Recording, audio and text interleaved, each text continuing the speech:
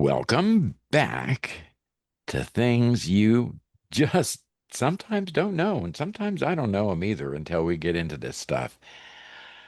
In this podcast, we take many times everyday things, and we people just don't think twice about, and we kind of pull back the covers, literally in this case. This is a goodie. It really is. I think you will really enjoy it, ladies and gentlemen, as your resident historian here, always ready to dig deep into the unexpected past, whether people like it or not. And I'm Chandler, and these two just woke me up from a nap, and I am your professional napper. Just kidding. Well, not really. Today we're talking about something that touches almost every human life today. They're on our beds, on our couches, in hospitals and palaces, and even in coffins. Talking about pillows. What an interesting idea, Dr. Weaver. Most people think of pillows as just fluffy comfort items, but the very first pillows weren't for comfort at all. They were rock hard, made of stone, wood, or ceramic, even. Wait a minute here. Stone pillows? That's not sleeping. That's chiropractic self-destruction right there, man. Oh, God. You are right. That is absolutely true, Chandler. But for the ancient Mesopotamians, just about 7,000 years ago, pillows were status symbols. Only the very wealthy could afford them. And they weren't designed for softness. They were meant to keep bugs, dirt, and even evil spirits away from your head while you slept. Yeah, the head. We must remember, particularly in ancient times, the head was considered the most sacred part of the body. Kind of still is today, isn't it? They also thought that it was like the seat of the soul. The Greeks even had a term for something they said was kind of in your head. It's called a homunculus. It's like Wow. it's like a little man that lives in your head and like is your brain. He kind of pulls the levers and does the things in your brain. I believe it. That's interesting. Yeah. So anyhow, elevating your head with a pillow was both hygienic and spiritual. So you mean to sit there and tell me that my IKEA memory foam pillow is actually protecting me from demons, man? Well, maybe not demons these days, but definitely from the dust mites. Yeah, Egyptians also used stone or wooden headrests. If you look at tomb art, you'll often see pharaohs depicted with these rigid supports. Again, it wasn't about comfort, it was symbolic and protective. Now, in ancient China, around 3,000 years ago, pillows evolved into art forms. They made them from jade, from bronze, even from porcelain. Often they were decorated with an emperor's favorite designs and with carvings. Some were even believed to be able to improve health or channel good dreams from the next world. Wow. Porcelain pillows. That sounds like the least relaxing thing ever. I mean, imagine just turning over in the middle of the night and then crash. Yeah, you got it. Tradition of art forms and making designs on pillows that you might like, that's still carried over today. Think about it. People go and buy a pillow cover, right? And they don't just buy any pillow cover. They buy it the color they want. They buy it with maybe little designs on the ends and other stuff like that, right? Yeah. Absolutely. Yeah. So it's kind of carried over. But anyhow, back to the storyline here. They weren't just sleeping aids. Jade pillows, for example, were thought to transfer the stone's cooling properties into the body, keeping you youthful. I could use a couple of them. We all could, Dr. Weaver, but I know what you mean about personalized designs. When I was a young boy, I had a pillow with all the Star Wars characters on it, and I got the biggest kick out of that. And I bet you you're going to start talking about the Takamakura. Yes, that's right. That's in Japan. The small wooded or lacquered pillows that were used to often protect elaborate hairstyles among courtesans, the aristocracy, and even the emperor himself during sleep. Oh. So basically, if you had a fancy hairdo, you sacrificed neck comfort for fashion survival, huh? Yeah, that's right, Chandler. And in many cultures, pillows were more ceremonial than practical. They were tools of medicine. We'll get into that in a minute. Fashion, spirituality. They were a whole lot more than just bedtime fluff. I'm not surprised, but it wasn't until the Greeks and Roman times that pillows start becoming more like what we know and cherish today. Wealthy Romans stuffed cloth bags with feathers or reeds. This idea spread slowly but surely, and by the Middle Ages in Europe, pillows became more common, although they were not always accepted. Huh. What do you mean not accepted? Who would be anti-pillow?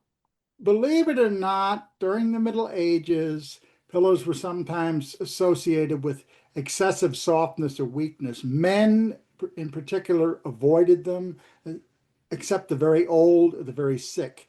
Kings would sometimes ban their courtiers even from using pillows to show how tough they were. Oy vey, okay. Doesn't sound very nice to me. By the Me either. Renaissance, yeah, I mean, how would you like that? You can't sleep with a pillow because you got to show how tough you are. And screw that. I'm not that tough. By the Renaissance, though, attitudes started shifting. Soft pillows were back in vogue among the wealthy. Over time, the stuffing improved. Feathers, wool, horsehair. The Industrial Revolution made pillows mass producible, and suddenly everyone, not just the elites, could afford them. And here's where it gets kind of fun. Pillows aren't just for sleeping. They've been used in rituals, medicine, and even politics. Ooh, politics. You mean like a pillow fight among Congress? Not quite, although I think we could use one sometimes. But Yeah. pillows do appear in coronations. In the UK, for example, ceremonial pillows carry the crowns, the scepters, and the other royal regalia. It's a symbolism of elevation, lifting something important, and that's still there. In medicine, pillows have been crucial tools.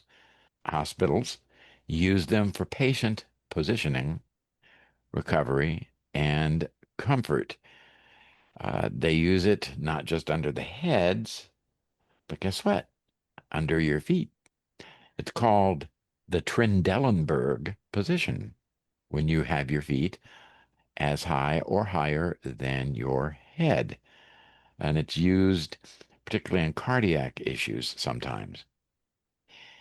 They also have specialized pillows for pregnancy, surgery, and yeah, elevated like slice pillows. I call them slice of the pie pillows kind of thing. You've probably seen them. They're on a kind of a slope. Yeah. They They're use really that for, nice to look at. well, yeah, they're a pain in the butt to try and sleep on though, but they do help with breathing. People who have COPD or other kinds of problems with sleep often need to use them so that they don't snore and bring down the house with the snorts. And inhaling the drapes over here. Yeah. Uh-huh. But I do have to say, ever since I was 3 years old, I have had to have, of course, the head pillow, and I've always had to have that foot pillow. Ever since I was 3 years old, I don't know why. It's just my personal preference, and if I don't have it, I can't sleep all that well. Huh, that's Yeah. interesting. But you know what? We can't forget about the body pillow craze. People using extra long pillows for comfort, emotional support, or just even to fill that empty side of the bed. Oh, yeah. After my wife died, I did use a body pillow because just didn't feel right sleeping without something there. Yeah, I that don't makes total I don't sense. blame you. And then in Japan, there's even a market for novelty body pillows with anime characters on them, which turns the pillow into both a sleep aid and a cultural icon. Wowzer. And we can't really ignore the lighter side of pillows. When we were talking about doing this, Chandler, my resident joker and who keeps us on track with some things, this is one of the first things he mentioned. Pillow fights. Yes.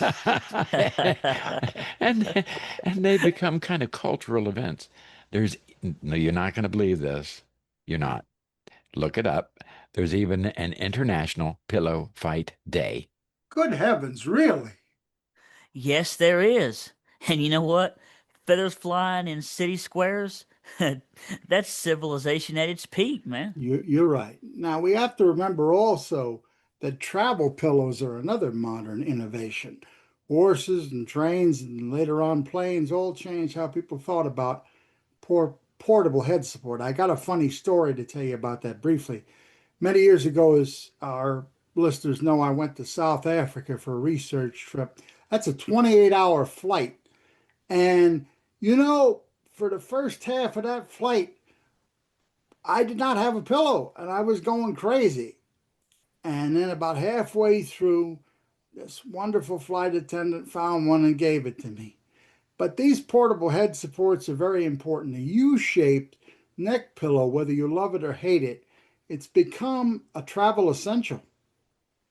And today, this is also like Bonzo Blitzo. We have smart pillows. I've never had a decent conversation with one of them, but okay. You know, what they are really is they're equipped with speakers and some anti-snoring technology and sleep trackers. Just imagine this, telling a Mesopotamian noble that your pillow not only wards off demons, but also plays podcasts, you know? Hopefully, this one and other ones we've done in the past, I might add. I know what you mean. Yeah, before we wrap up, let's rapid fire some pillow trivia. And no, Chandler, we're not going to talk about pillows and the part that they may have to do with comforting with your girlfriend, shall we say? We're not going to go there. Oh man. I have to I, save that for another podcast. Yeah. yeah, But we could do that actually, We could, yeah. yeah, indeed, we could. Well, one interesting fact is that in Turkey, pillows are often embroidered with family crests. So they're frequently given as wedding gifts. They're sort of the embodiment symbol of domestic life. You know what? We got some when I got married. We got some of those. Oh, So really? so did Yeah, my mother. She still has them. I didn't believe it, but she showed me once and she said, I got these 40 something years ago. yeah. I think that's pretty cool. You know, there's a Guinness World Record for the largest pillow fight. Over 6,000 people in Chicago. You're kidding, right? No, 6,000, man. Good googa mugga. Okay.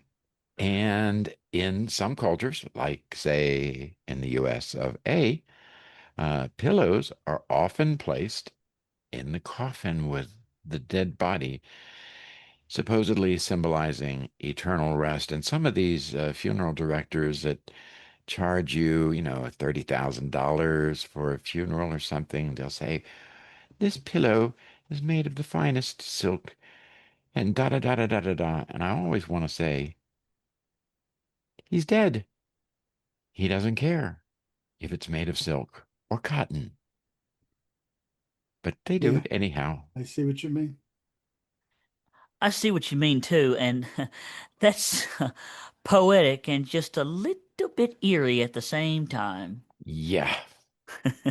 So, okay, from stone slabs to smart tech, pillows have carried us through history, not just as sleep aids, but as symbols of health, status, and even resistance. They are very valuable because they remind us how something so ordinary can have an extraordinary meaning across cultures and across history. And next time you fluff your pillow, just remember, you're lying on thousands of years of history. Literally. Ah, that may keep me awake. Me But too, honestly. you know, yeah. Well, ladies and gentlemen, we hope you've enjoyed this. Come back soon, leave us a comment and a like.